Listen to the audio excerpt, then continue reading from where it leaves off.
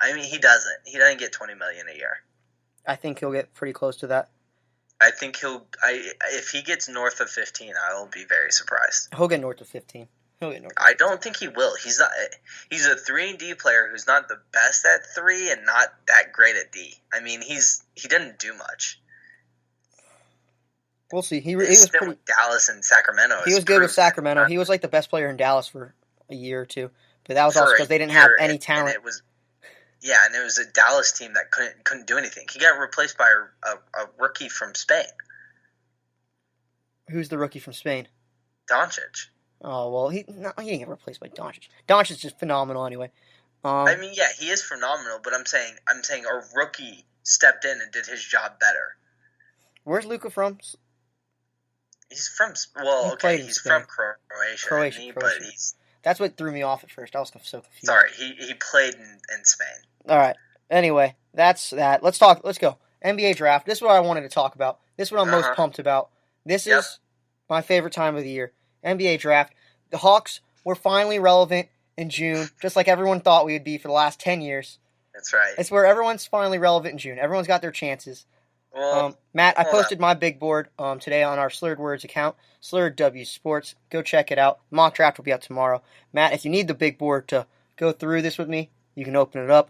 Go ahead. Say what you're going to say. I would like to say, right now, the Denver Nuggets, the Houston Rockets, and the Los Angeles Lakers are not relevant. They'll have second-round picks. They'll have second-round picks. No, they don't. Neither of those three teams have any picks. They have no picks? Oh, well. They have no picks. The Lakers are relevant. They made a trade. The Rockets are relevant because their organization's is all over the news right now. Not for good reasons, but they're relevant. Nuggets, they're relevant because we just talked about them on our show. There you go. Okay, but those three teams don't have a single pick, so that sucks for them. Maybe they could get a pick. Don't count them out. They can still buy a second-round pick. All right. So let's talk. You want to start with? What do you want to start with? You want to start with the headlines? Let's start with this. This is a good one. So the Knicks. Everyone was saying R.J. Barrett lock for the Knicks. The Knicks are going to work out Darius Garland tomorrow. I actually did want to talk about this. Yeah, I think that's very interesting. Mm-hmm. Why do you ask him back for another workout? I mean, okay, first of all, he's not healthy, is he? He's fine. He's at 100% now. Is he 100%? Yeah, the news. He's 100%. Okay, so you don't ask him to work out with you, unless you're real serious about it. I could see them. I could definitely see the Knicks going for a Darius Garland player instead of an RJ Barrett because they see they'll look back at like 2016 Steph and think Garland can do the same thing, which no one will ever do what 2016 Steph did. Garland's definitely the more explosive player. As far as not explosive like that, but as far as like scoring, he can go on. I mean, he can light up the scoreboard quickly. Off the dribble. Yes, he can score 12 in 3 minutes like it's nothing. Yeah, he has that factor where he can score all those threes really quickly. But I wonder why they wouldn't want to take Barrett. I wonder if there's anything they see from him why they wouldn't want to have him. This is my opinion. I think my first opinion is Darius Garland is a tremendous player, and I think they're kind of thinking about Kyrie Irving. You kind of can see a little bit of Kyrie Irving game in Darius Garland, but that's not what I meant there. But it's more of like Kyrie only played 11 games at Duke. Yep. Darius only played 4 or 5 games at Vanderbilt. He played more than that, didn't he? No, he only played 4 or 5 games, I believe. Really? I thought I remember watching him play more than that. Yeah, but that's all they played, and he's explosive. He can score. You know that. The point I think they're actually making this workout and they thinking about it, they could be trading that pick. They could move it back. They could be switching with Pelicans, and the Pelicans could take RJ, and they could be taking Garland at 4. Yeah, maybe seeing we don't need to pick here. We can move it. Mm-hmm. That's possibly my other reasoning behind it. Side note, Darius Garland, he's a Rich Paul guy, a guy you love, clutch sports guy. Yeah, I wasn't super happy when I saw that Garland signed for him. I get the reason why he did. It'll be interesting to see how Rich Paul's reacted to. I think if you have a player that has Rich Paul as his agent, if you're in the league, you want to trend away from him. You want to say, okay, maybe we can get someone else here. I don't know if that'll end up mattering that much because ultimately you just want to get the best guys you can. But interesting, especially because Knicks, I mean, it was clear they wanted Anthony Davis, and Rich Paul was like, well, you can have him for a year, and then he's going to leave. Yeah. Any other takes you have about the Knicks with RJ and Darius Garland in there? Oh, I got one more thing. Whatever the Knicks do, I expect it to be the wrong decision. I expect the Knicks to really mess this up. I did see RJ Barrett meeting with Clyde Frazier today, the Knicks, so that was kind of interesting. RJ seems like a Knicks guy. He seems like he could be the face of the Knicks franchise. He wants to be. That's all he hasn't worked out with anyone else. RJ Barrett fully expects to be a Knick, and that would just be insane if he's not a Knick. But we'll see. The other headline: the Bulls could be interested in Nasir Little at 7, which is crazy. Nasir Little is probably going around 10 to 12. Yeah, it's just really, really high for him. Is Nasir Little? I mean, he wasn't even a starter for North Carolina most of the year. No, I know, but I've seen him as low as 15. Yeah. All right. I mean, that's kind of the headlines. Let's get into all the other stuff. What do you want to start with? You know what? Okay, so a lot of the things I've been seeing, not a lot of them, but I've seen Culver over Hunter. Mm-hmm. Do you agree with that? Do you think that Culver will end up being a better player than DeAndre Hunter? I think they're both very, very. They're so close. They're neck and neck, in my opinion. The things I like about DeAndre Hunter, he's a better shooter. He's got a better pull-up game.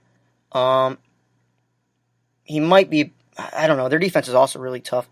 I like Culver a lot. Culver can he can get to the rack easier. He can score it. He's got great hands. I'm leaning towards DeAndre Hunter right now, just because the last 4 years he's continually to improve. He's really, really improved. He led his team when they needed him. He took it when they needed him. He said, "All right, I'm going to step up. We're going to win a national title now. I'm going to score. I'm going to go at him." And he went one-on-one with Culver. I guess he beat Culver. So I'm leaning DeAndre Hunter right now. But I'm a big fan of both those players. Yeah. I think DeAndre Hunter, he wants to be a role, not a role player per se. He doesn't want to be the main guy.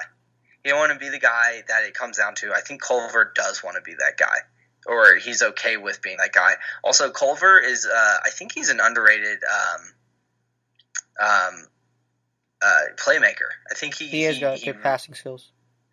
He's very good at drawing people in off the ISO and then finding plays, which is what you need to do. So I could see why people would like him. I think it's tough. I think those two.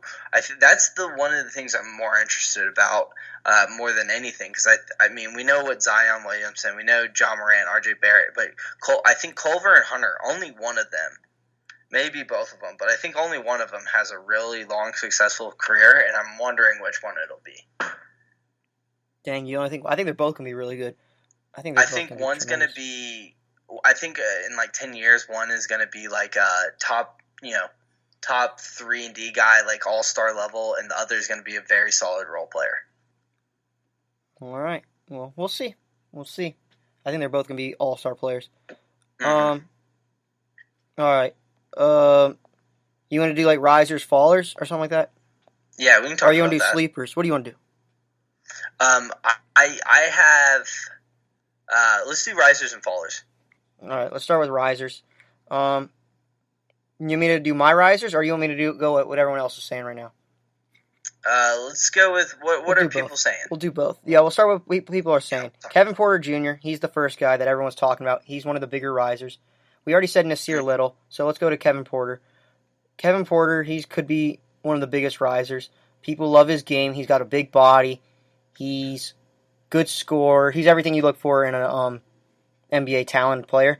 He underperformed at USC at Southern Cal, so he slid back into the draft.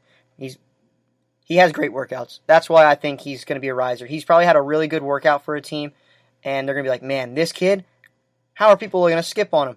And I think he's a guy you need to be weary of because he's had character issues at USC. He got suspended. He's gotten injured. He couldn't really stay on the court. He makes a lot of he doesn't make great decisions. I'm not a fan of Kevin Porter, but he's a guy that could be a big riser. I was gonna say he's one of those guys where you see him work out and you see him do stuff like that, and you're just like, oh, this guy's incredible. Like, oh, he can shoot too. Oh my gosh, he's insane. The other thing is, I wouldn't get too worked up with his shooting because he was a 52% free throw shooter, and usually free throw shooting is a much better statistics to go by rather than 3-point shooting. Mm-hmm. The other thing is, I feel like he loses his effort a lot. He doesn't when he doesn't have the ball in his hands, he gets kind of he gets lost in the game. He doesn't focus, and I think that's a very big problem because most likely he's not going to have the ball in his hand for what he's going to be, which is like a number 2 player, a secondary option.